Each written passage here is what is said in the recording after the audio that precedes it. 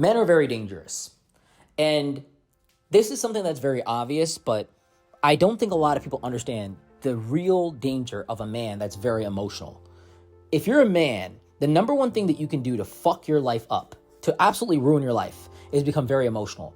And in a second, you could be driving a car, hit somebody. You could grab a gun, fire it. You could do something so drastic in a second. You could punch somebody at a bar and end up in a jail cell and ruin your life and ruin your career. And you know what happens when you ruin your life and ruin your career? You end up getting into more of a crime mindset. See, one of the things that you see in a lot of countries is they have a record and a database of people that have committed violent acts. And obviously, when you're looking for employment, you can't get a certain job because you did something bad in the past. There's ways that you can expunge it, but it takes years to expunge anything. So what are your options if you want to go back out there in the world, pay off the legal fees, pay off all the time that you weren't able to work and you have all these bills stacked up, people need you, you've messed up in life and you kind of want to bounce back? What do? Do you just go get a job at a fast food place? Do you get some labor job under the table? Like, that's not going to be enough money to jump back into life and really make a 180 change. A lot of people go right back into crime because they have no other option. And it's like, I get that mindset in a sense, like I sympathize with it, but at the same time, I don't necessarily say that we should just forget what you did. If you killed somebody, if you did something violent, if you did something bad, you should definitely suffer the consequences, not only for the time that you spend, but obviously people should know about it. I think that public data on this stuff is very healthy and very good for employers to have to make the right decisions for their business and to make sure that everybody's safe. But it still sucks. And I guess the biggest idea that we need to really get behind is preventing it. How do we stop people from being violent? How do we stop really men from being violent? How, as a man, can you control your emotions?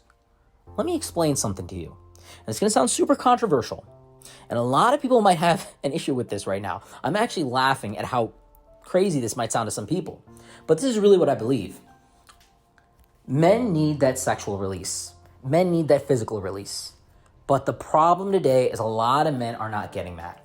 A lot of men are working and working and working and slaving away, and they're not able to even get a girl to look at them. They're not able to get a girl to find any interest to talk to them. All the girls go for the top guys. We've already talked about this multiple times. Hypergamy exists, and more women are going for the top 5%, the top 2%, the top 1%. Back in the day, a woman would go for a guy that's good. He doesn't need to be the top 1% of income. But now women, the way they're selecting, because women can support themselves, women don't need a man to be financially stable. These are all good things, by the way. But the consequence of it can be kind of dangerous too. Because the mindset that has evolved is not necessarily like, hey, I can make money and you can make money and we can build our lifestyle together. Hey, I have these goals and you have these goals. Let's combine and do better together. Like the 2-income household was a dream. And that's initially what feminism was started for. Like, let's grow together. Let's put women in the workforce. Let's really empower women and get behind them. That was a good thing. But somewhere along the lines, there was a hatred towards men. There was a resentment towards men. Unless this man was the top 1%, 2%, 5% guy that could come in and bankroll a woman's life. Unless that man provided some kind of opportunity. What does a girl need a man for in today's world when she can go out there, get a job, get a career, and work and do her own things? The technical answer is nothing. Obviously, you've heard the things I've said. If you're someone that follows me, if you're new here, let me break it down very simply. You're still going to want a man at some point in life as a woman. And if you don't, you're maybe in the 1% of 1% that really operates like that, but you're probably in denial. I know so many women that deny that they want a man, and they get to a later age and they're like, the one thing I would want right now is a man to love me and care about me, because the biggest flex as a woman is having a man behind you to support you, care for you. I don't care like what quality of man too. It doesn't necessarily have to depend on that to a huge degree. It's just having guys there that will do things for you. And this starts at a very young age for women. But what I'm saying here is men don't have that release. Men don't have the average guy doesn't have the ability to go acquire a woman. I think a lot of the school shootings, I think a lot of these crazy cases of men raping people, doing this stuff would have been solved if men were just a little bit more appreciated for what they did. Men keep infrastructure together. Men do so many things for today's society, but the average man is just underappreciated. He doesn't get anything. You know, back in the day, warriors would go out. Men were warriors, and now they're workers. And so we've converted the mindset of warrior to worker. But the thing is, warriors would go out, fight. A lot of them would die. Yeah, that's just how it happened. But that anger, that energy, that violence would be released because men are really, they're violent by nature in a sense. That would be released, and the men that won that war and did well, they would go out, have the spoils of war, they would drink, they would have sex with women. That's like really how it went down. Like, read a history book. Really, like, watch Game of Thrones, like, to understand. I mean, I don't think Game of Thrones is exactly history, like, it's not dragons and stuff like that, but the idea behind it was really real. Men will go out and sleep with women after they won the war, and like a guy goes and works today and gets nothing. He goes home and he jerks off to porn, which 90% of pornography, by the way, has violent behavior. It's fucking your office assistant. It's help step bro, I'm stuck. Like, if you guys watch porn, you know what I'm talking about. And it's violent. It's literally like borderline rape. It's taking advantage of someone. It's always a power dynamic. It's always, I'm better than you and you have to succumb to me. And men fantasize about that because it's domination, because it's acquisition, because it's territoriality with sexuality. And men are not getting that in today's world. And a lot of women don't even look at men. I don't need a man. I don't care for a man. And they use men financially for their hard work and give them absolutely nothing. I know so many men that come to me and they say, oh, I have a sexless marriage. And it's like, they're suffering. They're on the borderline of killing themselves or killing someone else. You have no idea. And there's millions of men out there in the world like this. And it's terrible. It's terrifying. It's a scary state that our society is in today. And so my biggest thing is, this is not a 1, 2, 3 ABC fix. This is more so society coming together and really trying to solve the problem at its core. Women and men are not enemies. Women and men need each other. We need to love one another. We need to appreciate one another. There are things that women can do way better than men. Obviously, giving birth, like, men can't even do that. We're not even in that arena. And there's things that men do way better than women. When it comes to muscular acts, keeping the infrastructure together, even like decisions in certain businesses and corporate companies, like, it's sometimes better to have a man there because they're less emotionally biased. And ultimately, at the end of the day, women and men are meant to work together.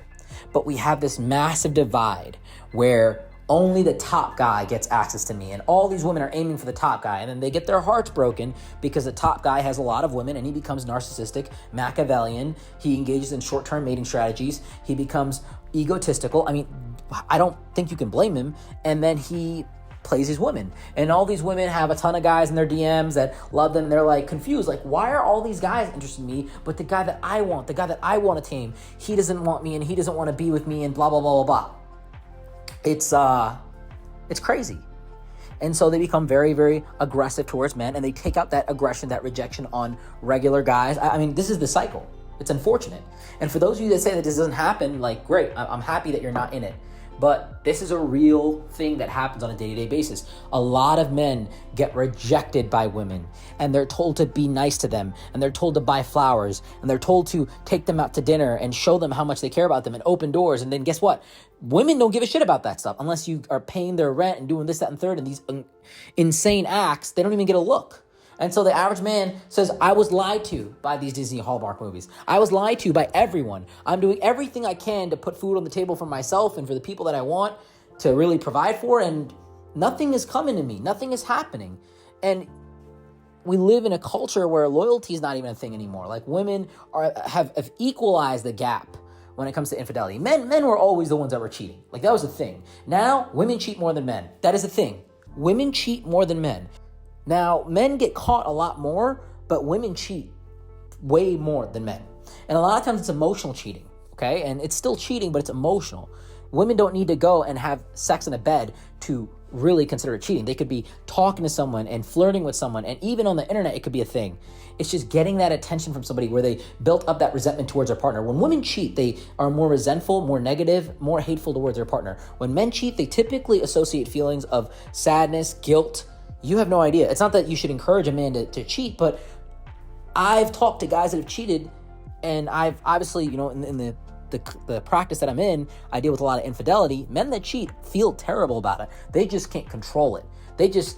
A lot of them are like, I don't want to cheat on my wife. I don't want to break her heart, but I want to do this. I'm undisciplined. I'm not necessarily the right person. They know that they're bad about it. They know it's not a good thing a lot of times.